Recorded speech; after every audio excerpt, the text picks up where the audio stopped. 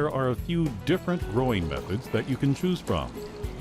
Deep water raft aquaponics uses styrofoam mats to secure the plants in a trough of water. The seedlings are placed in net pots with a planting medium like cocoa peat, a material from the outermost shell of a coconut. Cocoa peat stimulates and protects root growth but contains no minerals. The plants can be grown to maturity in net pots or can be removed from the pots and growing medium after a couple of weeks and placed in a different floating mat to maximize space in the grow beds. Plants can also be grown in a solid medium like gravel or perlite. The aquaculture water floods the grow bed containing the plants and growing medium. This type of system is known as recirculating aquaponics or closed-loop aquaponics. A common growing medium used is perlite. Perlite is a volcanic rock that provides superior root growth by absorbing the nutrient-rich water and keeping the moisture level constant and consistent throughout the plant's root system. Depending on the growing technique, there are several medium options to choose from. Seek out all available literature and contact your local extension office for additional guidance.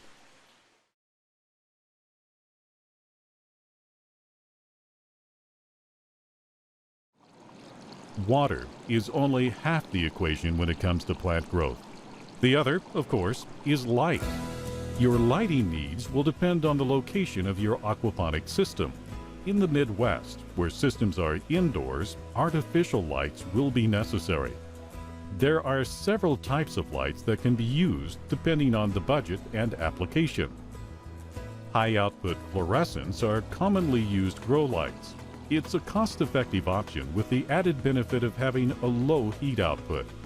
This allows for very close light placement, which provides for maximum plant growth. LED grow lights, while much more expensive than fluorescent, usually 2 to 3 times the cost, are more power efficient, have longer lasting bulbs, and have the flexibility of adjusting the light spectrum. Red light is more desirable for budding plants, while blue light works better for vegetative growth. It's possible to mitigate the cost of LED lights by installing a track system above the grow beds and reducing the number of light fixtures needed. Obviously, there's a trade-off. The growth rate of plants under a constant source of light will be faster than a grow bed utilizing the track system. Metal halide lights are also used in an aquaponic system. These grow lights put out an intense amount of light high in the blue spectrum.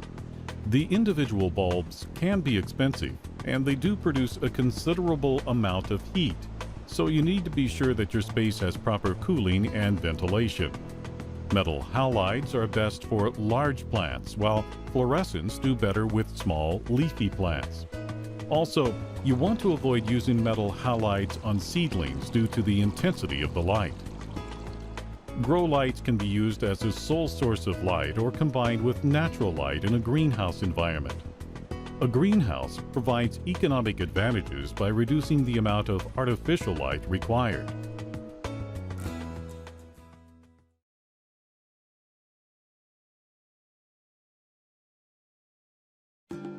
Like selecting the species of fish, choosing what plants to grow is an important decision that affects infrastructure and business planning.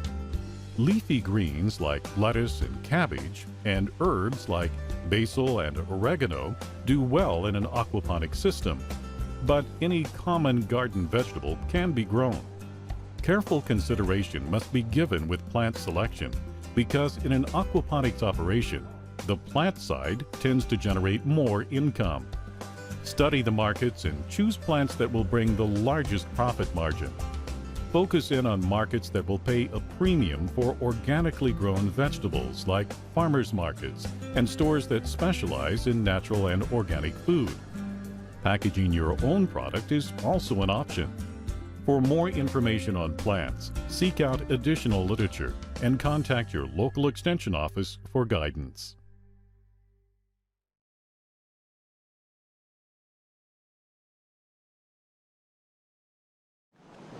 As the water moves through the grow bed and the plants pull out the nutrients, the filtered water flows from the bed to the lowest point in the system, called a sump. From there, the water is pumped back into the rearing tanks and the cycle continues. Some micronutrients, such as iron and magnesium, may need to be added to the system to ensure plant health.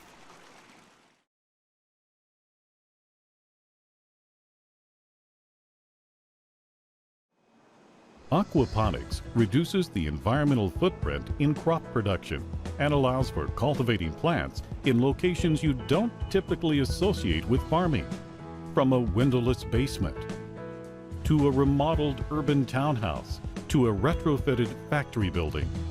As long as there is access to electricity and water, fish and crops can be raised in this indoor, eco-friendly, symbiotic environment. However, with the ability to raise fish and grow plants indoors year-round, a major issue to consider is the energy costs associated with heating and air conditioning.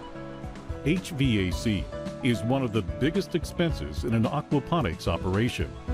Making sure the building is well insulated will cut down on this cost. Water temperature needs to be maintained for the health of the fish, and room temperature needs to be regulated for plant growth. Each aquaponics system can be designed to maximize the use of available space. A room with high ceilings can allow for the stacking of grow beds. This will require more pumps and plumbing, but the investment will allow for more plant production. Utilizing natural light from existing windows in an old factory building can also help by reducing artificial lighting costs. With careful planning and caretaking, aquaponics can not only be an eco-friendly, sustainable food production system, but a profitable business with significant growth potential. This video has provided an introduction into aquaponics. If you're thinking about starting your own operation, seek out additional information on the web and/or contact your local extension office for guidance.